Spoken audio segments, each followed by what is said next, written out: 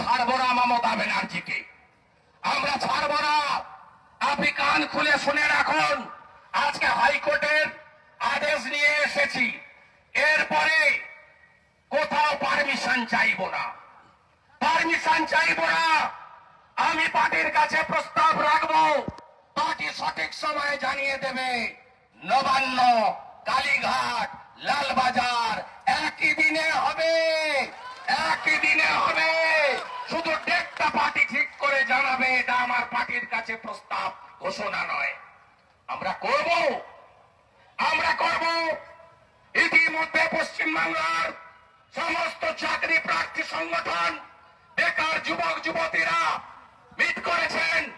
আমরা পশ্চিমবাংলায় 5 লক্ষের বেশি আনএমপ্লয়েড ইউথ নিয়ে আমি তাদের পরামর্শ দিয়েছি, বিরোধী দলনেতা লং মার্চ করুন নবান্ন।